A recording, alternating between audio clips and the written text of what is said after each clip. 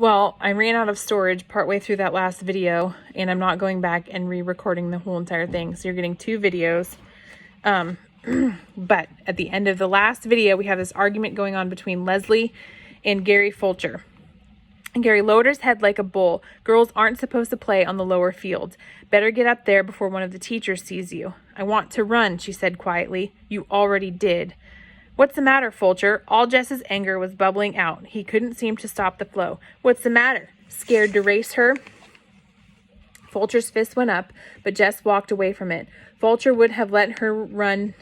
Fulcher would have to let her run now, he knew, and Fulcher did, angrily and grudgingly. She beat him. She came in first, turned her large, shining eyes on a bunch of dumb, sweating mad faces. The bell rang.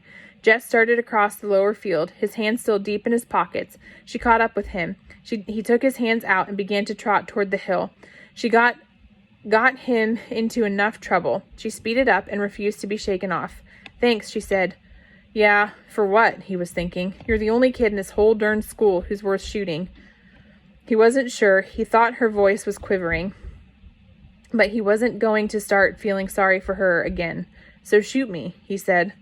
On the bus that afternoon, he did something he'd never thought he would do. He sat down beside Maybelle.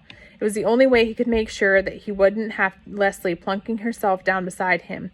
Lord, that girl had no notion of what you did and didn't do. He stared out the window, but he knew she had to come, and was sitting across the aisle from them. He heard her say Jess once, but the bus was noisy enough that he could pretend he hadn't heard. When they came to the stop, he grabbed Maybelle's hand and dragged her off, conscious that Leslie was right behind them. But she didn't try to speak to him again, nor did she follow them.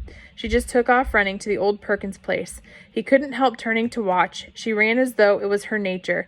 It reminded him